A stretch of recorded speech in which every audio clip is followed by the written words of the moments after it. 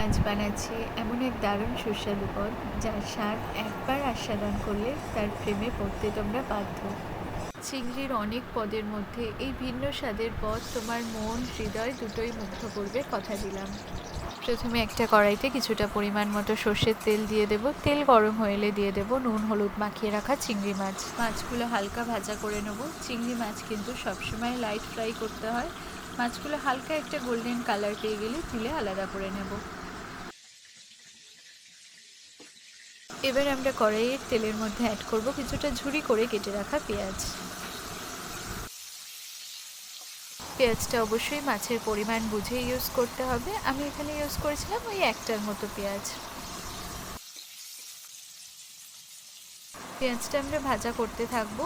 দেন পেঁয়াজটা যখন এরকম গোল্ডেন ব্রাউন কালার পাবে তখন আমরা অ্যাড করে দেবো কুচো করে কেটে রাখা ধনেপাতা। দিয়ে দেবো দুটো কাঁচা লঙ্কা। এবার ধনেপাতা পেঁয়াজ কাঁচা লঙ্কা পুরোটা খুব ভালোভাবে আরও কিছুক্ষণ ভাজা করে নেব। 2 to 3 মিনিটস ভেজে নেওয়ার পর যখন কালারটা চেঞ্জ হয়ে ঠিক এরকম হয়ে আসবে তখন আমরা তুলে একটা পাত্রে আলাদা করে নেব।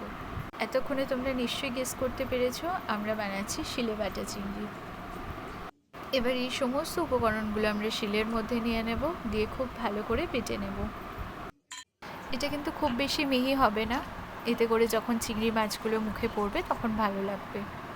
পেস্টের টেক্সচারটা দেখে নিশ্চয়ই বুঝতে পারছো ঠিক এরকম থাকবে।